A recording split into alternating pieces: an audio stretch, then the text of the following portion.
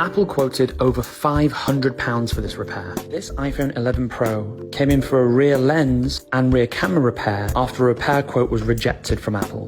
The Apple Store advised that the client needed a full device replacement, as the lens and camera repairs aren't completed in store.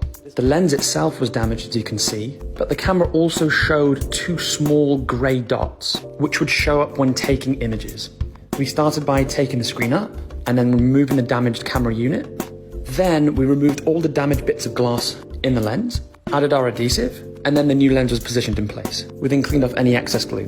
Manufacturing the iPhone, Apple put this metal plate in place to stop any large movements of the camera when the iPhone is dropped. We secure it back in place. Once complete, we go through and test the device, and that slight mark that you see is actually from the tempered glass, not the camera unit itself. Another perfect repair.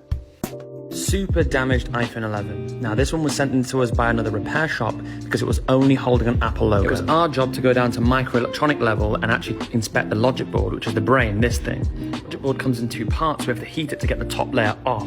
And once off, we then start with a visual inspection, and we actually found breaks between the layers of the board. Now the top needs a bottom and the bottom needs a top, so any breaks between the layers will stop communication. We fixed the points and then added UV glue to hold all the points in place. Now it should communicate perfectly. In the jig, it tested perfectly, so then we put it back on the heat to drop the top on the bottom again.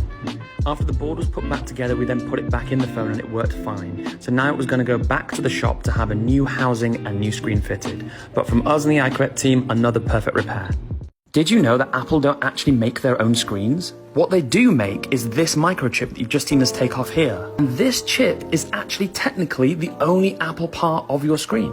Apple have companies like Samsung, LG, Sharp, Toshiba make their screens. And then they attach their own integrated circuit, this computer chip, to the screen so that your screen and the actual iPhone communicate correctly together. On the newer models of the iPhone, the screen is actually serialized, meaning your iPhone knows if you had your screen repaired and not kept the original IC.